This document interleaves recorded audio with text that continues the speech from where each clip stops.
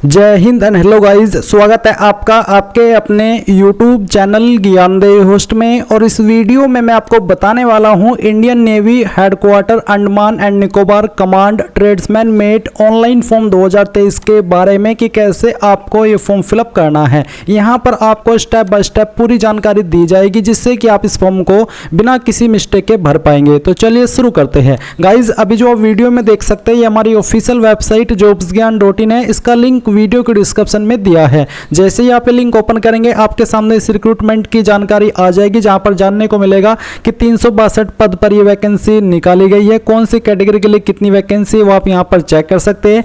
And कौन सी post पर apply करने के लिए क्या क्वालिफिकेशन चाहिए वो भी आप देख सकते हैं। बेसिकली इसमें 10वीं पास कैंडिडेट अप्लाई कर सकते हैं। साथ ही साथ आपके पास ITI की योग्यता होनी चाहिए और आपकी जो ITI है वो यहाँ पर इनमें से किसी ट्रेड में होनी चाहिए जो कि मेंशन है उस पर अप्लाई करने के लिए। एप्लीकेशन फीस कोई नहीं है। अप्लाई करने के लिए एज लिमिट चेक कर सकते हैं। नीचे आप ऑफिशियल नोटिफिकेशन PDF के ऊपर क्लिक करके इसका नोटिफिकेशन भी रीड कर सकते हैं। अभी आपको अप्लाई करना है तो अप्लाई ऑनलाइन लिंक को ओपन करेंगे, आपके सामने वेबसाइट आ जाएगी। अब यहाँ पर आने के बाद में आपको क्या करना है, आपको अप्लाई ऑनलाइन के नीचे जो क्लिक है आपको इसके ऊपर क्लिक करना है। इसके ऊपर क्लिक करने के बाद इस तरह से इंस्ट्रक्शंस आएंगे, आप इन सभी को यहाँ पर चेक करके कंटिन्यू कर देंगे। फिर आते हैं नेम ऑफ द कैंडिडेट। आपको आपका फर्स्ट नेम यहाँ पर 10th के सर्टिफिकेट के अकॉर्डिंग एंटर करना है। मिडिल नेम डालना है, नहीं है तो खाली छोड़ दीजिए। इसके बाद आप आपका लास्ट नेम एंटर करेंगे। फिर आपको यहाँ पर father first name, middle name, last name enter करना है। मदर का first name, middle name, last name आपको डालना है। जेंडर आपको यहाँ पर टिक करके बताना है, मेल फीमेल या फिर अदर। मैरिटल स्टेटस क्या है, मैरिड अनमैरिड, वो आपको यहाँ पर टिक कर देना है।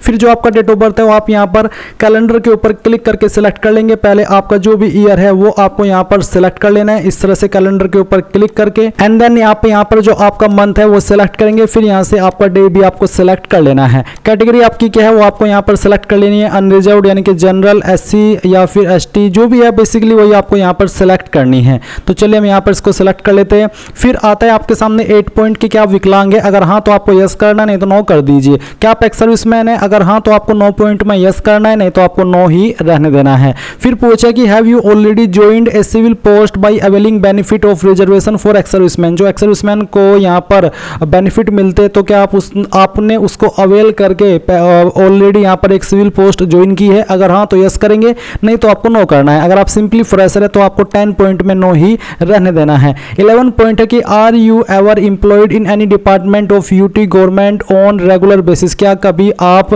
एम्प्लॉयड यानी कि आपको जॉब दी गई है रेगुलर बेसिस पर, अगर हाँ तो यस, नहीं तो आपको नो कर देना है। इसके बाद 12 पॉइंट है नेशनलिटी का, जो कि इंडियन ही यहाँ पर रहेगा। रिलीजन आपका क्या है वो आपको सिलेक्ट कर लेना है। 14 पॉइंट है do you want to make your personal information. क्या आप अपनी पर्सनल इन्फॉर्मेशन यहाँ पर इनको देना चाहते ताकि आपको इसके आधार पर आगे भी जो अपॉर्चुनिटी से जुड़े हुए मेल मैसेज सेंड करते रहे। तो चाहे आप इसमें यस कर दीजिए चाहे नो कर दीजिए, आपके फॉर्म पर कोई भी इफेक्ट नहीं पड़ेगा। मैं नहीं देना चाहता, मैं यहाँ पर नो कर देता हूँ। फिर 15 पॉइंट परमानेंट एड्रेस। तो जो आपका परमानेंट एड्रेस है वो आप यहाँ पर डोर नंबर, स्ट्रीट, विलेज लिखेंगे। सिटी, टाउन, तहसील का नाम देंगे। डिस्ट्रिक्ट आपकी जो भी है वो आप यहाँ पर एंटर कर देंगे। फिर यहाँ से आपका जो स्टेट है वो आपको यहाँ पर इसमें एंटर करना है। तो जैसे कि यहाँ पर उत्तर प्रदेश से मैं हूँ तो यहाँ पर मैं उत्तर प्रदेश लिख देता हूँ। इसके बाद जो आपका पिन कोड है वो भी आपको डाल देना है। अब आपका जो कम्युनिकेशन एड्रेस है वो और जो परमानेंट एड्रेस है वो अगर सेम है, एक ही है, तो आप यहाँ पर टिक कर देंगे। देन गाइज यहाँ पर आप अपनी ईमेल एड्रेस एंटर करेंगे, अपना मोबाइल नंबर एंटर करेंगे। 19 पॉइंट है कि आप अंडमान एंड निकोबार आइसलैंड के रेसिडेंट यानी कि निवासी है, अगर हाँ तो यस, नहीं तो आपको नो करना है। इसके बाद यहाँ पर 20 पॉइंट है ID प्रूफ। तो आपको सिलेक्ट के ऊपर क्लिक करके कोई एक ID सिलेक्ट कर लेनी है। जो भी ID आपने सिलेक्ट की है उसी का नंबर फिर आप यहाँ पर लिख दीजिए। 21 पॉइंट है एम्प्लॉयमेंट एक्सचेंज रजिस्टर नंबर। अगर आप किसी रोजगार कार्यालय के अंदर रजिस्टर्ड है तो उसका रजिस्टर नंबर आप यहाँ पर देंगे, नहीं है तो खाली छोड़ दीजिए, कोई भी प्रॉब्लम वाली बात नहीं है। 22 पॉइंट है fill your matriculation qualification detail, यानी कि 10th की जानकारी आपको देनी है। तो नेम ऑफ द एग्जाम्शन, तो आपको यहाँ पर इसके अंदर जो लिखना है वो आपको यहाँ पर 10th लिखना है। इसके बाद में किस बोर्ड के द्वारा आपने आपकी 10वीं पास की है उस बोर्ड का नाम आप यहाँ पर लिखेंगे, सर्टिफिकेट सीरियल नंबर यानी कि जो आपकी 10th की मार्कशीट है या फिर जो सर्टिफिकेट है उसका जो सीरियल नंबर है वो आप यहाँ पर लिखेंगे, किस साल के अंदर आपने पास कर ली थी वो आप यहाँ पर एंटर कर देंगे। फिर आप सभी जानकारी चेक करते हुए सेव एंड प्रोसीड पर क्लिक करेंगे। अब गाइस यहाँ पर आपका रजिस्ट्रेशन हो चुका है और आपको यहाँ पर एक ऑनलाइन एप्लीकेशन नंबर मिला है, आप इसको नोट कर लीजिए क्योंकि ये काफी इंपॉर्टेंट है। एंड देन आप यहाँ पर कंटिन्यू के ऊपर क्लिक करेंगे। इस पर क्लिक करने के बाद आता है अपलोड फोटो एंड सिग्नेचर। यहाँ पर आप देख लीजिए कि आपका फोटो का जो डिटेल है वो कैसा होना चाहिए। तो फोटो का साइज आपका 10 से 50 केबी के बीच में, एंड जो यहाँ पर एक रेजोल्यूशन आपको रिकमेंड किया गया है, तो आपकी फोटो की वाइड यानी कि चौड़ाई 200 पिक्सल और हाइट यानी कि लंबाई 230 पिक्सल होनी चाहिए। तो इसके बाद में आप देखेंगे सिग्नेचर का साइज 10 से 20 केबी एंड जो उसका एक रेजोल्यूशन है वो भी आप देख सकते हैं। इसके बाद में आपको थंब इंप्रेशन भी अपलोड करना है, इसका साइज 10 से 20 केबी और जो रेजोल्यूशन है वो भी आप यहाँ पर देख सकते हैं कि कितना आपको रखना है। अब आपको दिए गए इंस्ट्रक्शंस के अकॉर्डिंग फोटो अपलोड करना है। तो गाइज आप यहाँ पर चूज फाइल के ऊपर क्लिक करेंगे, जहां पर भी आपकी फोटो फाइल है पहले आपको वो सिलेक्ट करनी है। तो आप यहाँ पर अपना फोटो सिलेक्ट कीजिए, यहाँ से ओपन कीजिए एंड देन आपकी जो फोटो की फाइल है वो यहाँ पर इस प्रकार से आ जाएगी और वो अपलोड हो जाएगी। फिर आप यहाँ पर आपका सिग्नेचर अपलोड करेंगे, जहां पर भी आपकी सिग्नेचर की फाइल है वो आपको सिलेक्ट कर लेनी है एंड देन फिर आप यहाँ से इसको सिलेक्ट करने के बाद में ओपन करेंगे और आपकी सिग्नेचर की फाइल यहाँ पर इस तरह से आ जाएगी। फिर सेम वे में आपको आपका जो थंब इंप्रेशन है वो अपलोड करना है। तो आप यहाँ पर चूज फाइल के ऊपर क्लिक कीजिए, जहां पर भी आपका थंब इंप्रेशन है वो आपको यहाँ पर सिलेक्ट कर लेना है। तो जैसे कि मैं आपको सिलेक्ट करके दिखा रहा हूँ, मैं इसको सिलेक्ट करता हूँ, यहाँ से ओपन करता हूँ, तो आपका थंब इंप्रेशन की फाइल भी यहाँ पर इस तरह से आ जाएगी। फिर आप यहाँ पर अपलोड के ऊपर क्लिक करेंगे। अब गाइज आपके फोटो एंड साइन अपलोड हो चुके हैं, आपके सामने क्वालिफिकेशन एंड एडिशनल डिटेल का सेक्शन आ चुका है। यहाँ पर आपने 10th की जानकारी भर ली थी, अभी आपको यहाँ पर पूछा है सीजीपीए और इन परसेंटेज, आपके नंबर किसके अंदर है, सीजीपीए या फिर परसेंटेज। जैसे कि मैं परसेंटेज सेलेक्ट किया हूँ तो फिर आपको बताना है कि टोटल मार्क्स क्या थे और उसमें से जो नंबर आपको आए थे वो आप यहाँ पर डालेंगे, परसेंटेज आपकी ऑटोमेटिकली कैलकुलेट कर ली जाएगी।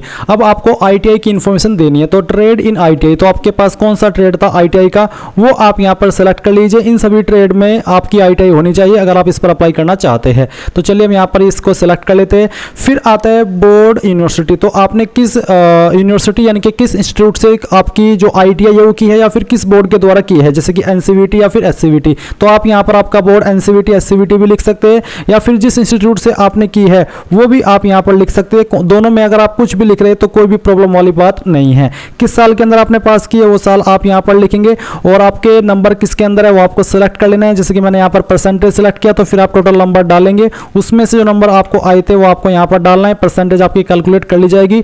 डिवीजन आपकी क्या थी, फर्स्ट सेकंड, वो आपको यहाँ पर लिख देना है। इसके बाद यहाँ पर 25 पॉइंट है कि whether holding ITI certificate issued by national council of vocational training यानी कि एनसीवीटी, क्या आपका जो आईटीआई सर्टिफिकेट है वो एनसीवीटी के द्वारा है, अगर हाँ तो आप यस करें, नहीं तो आपको नो करना है। अगर एससीवीटी के द्वारा है तो आपको नो ही रहने देना है, अगर एनसीवीटी के द्वारा है तो फिर आप यहाँ पर यस करेंगे और फिर जो सीरियल नंबर है आपका सर्टिफिकेट का वो आप लिखेंगे और कब आपका सर्टिफिकेट इशू हुआ है वो डेट, फिर यहाँ पर आपको मंथ लिखना है, फिर इसके बाद में जो आपका ईयर है वो भी आपको यहाँ पर डाल देना है। इसके बाद आपसे पूछे do you possess essential minimum educational qualification, यानी कि जो जरूरी क्वालिफिकेशन चाहिए अप्लाई करने के लिए क्या वो आपके पास है, तो आप यहाँ पर यस कर दीजिए। फिर क्या आपको आईसीएमए के अंदर छूट चाहिए, अगर हाँ तो यस करें, नहीं तो आपको नो करना है। And then save update details के ऊपर क्लिक कीजिए। अब आपके सामने यहाँ पर डॉक्यूमेंट अपलोड का सेक्शन आ चुका है, जहां पर आप जान लीजिए कि जो आपका डॉक्यूमेंट का साइज है वो 100 से 200 केबी के बीच में रखा है। एंड यहाँ पर आपकी जो फाइल का फॉर्मेट है वो क्या होना चाहिए वो भी आप देख सकते हैं। तो बेसिकली आप यहाँ पर इसको पीडीएफ के रूप में भी अपलोड कर सकते हैं, जो कि बेसिकली पीडीएफ का ही आपका फॉर्मेट है, आप इसके अलावा किसी अन्य फॉर्मेट में नहीं कर पाएंगे। तो पहले तो आपको 10th का मार्कशीट अपलोड करना है, तो चूज फाइल के ऊपर क्लिक कीजिए, जहां पर भी आपकी 10th की मार्कशीट है वो आपको सिलेक्ट कर लेनी है एंड देन फिर आप यहां से इसको ओपन कर लेंगे। तो चलिए मैं यहां से इसको ओपन करता हूं। ओपन करने के बाद में आपकी फाइल यहां पर इस तरह से आ जाएगी और इसके बाद में गाइज आप यहां पर जो आपका टेक्निकल क्वालिफिकेशन डॉक्यूमेंट यानी कि आईटीआई का सर्टिफिकेट है वो आप अपलोड करेंगे। तो जहां पर भी फाइल है सेलेक्ट कीजिए और यहां से ओपन कर दीजिए एंड आपकी ये फाइल भी इस तरह से यहां पर आ जाएगी। देन फिर आप अपलोड डॉक्यूमेंट्स के ऊपर क्लिक करेंगे तो ये डॉक्यूमेंट आपके अपलोड हो चुके हैं, आप यहां से ओके कर दीजिए। ओके करने के बाद में आप यहां पर व्यू भी इनको व्यू के ऊपर क्लिक करके कर सकते हैं। जैसे कि आप देख सकते हैं व्यू के ऊपर क्लिक करेंगे तो आप यहां पर इनको व्यू कर लीजिए कि सही डॉक्यूमेंट अपलोड हुआ है या फिर नहीं हुआ है। इसके बाद आपको क्या करना है, इसके बाद आप यहां पर नीचे नेक्स्ट के ऊपर क्लिक करेंगे। नेक्स्ट के ऊपर क्लिक करने के बाद ये आपके सामने डिक्लेरेशन है और अब आप यहां पर अगर जो भी फॉर्म आपने भरा है उसको चेक करना चाहते हैं तो आप एप्लीकेशन प्रीव्यू के ऊपर क्लिक करके सभी जानकारी चेक कर लीजिए। अगर आपको लगता है कोई जानकारी गलत हो गई है तो अभी भी आप उसको बैक के ऊपर क्लिक करके यहाँ पर स्टेप पर जाकर के एडिट कर सकते हैं।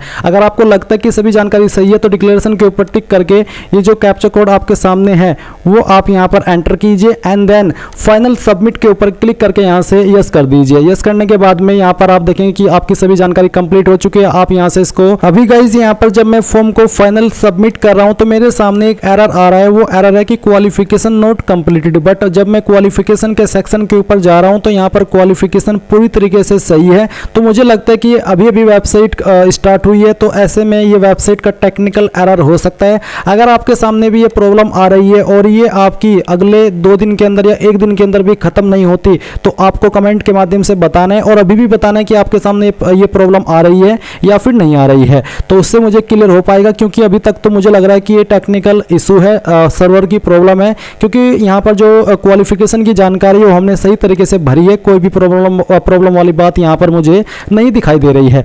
तो ऐसे में आप कमेंट के माध्यम से बताइएगा जरूर, और आपके सामने जैसे ही ये प्रॉब्लम खत्म होगी तो सिंपली आप यहाँ पर आपका फाइनल सबमिशन करने के बाद में फॉर्म का फाइनल प्रिंट आउट ले पाएंगे एंड कोई फीस इसमें आपको जमा करने की आवश्यकता है नहीं। तो कमेंट के माध्यम से बताना जरूर, क्योंकि ये काफ़ी प्रॉब्लम ऐसी है कि मैं आपको इसके बारे में आगे निवारण दूंगा कि कैसे इसका सोल्यूशन करना है या फिर इसके बारे में पता लगाऊंगा। तो बस यही थी जानकारी एंड थैंक्स फॉर वॉचिंग। मिलते हैं अगली वीडियो में जल्द ही।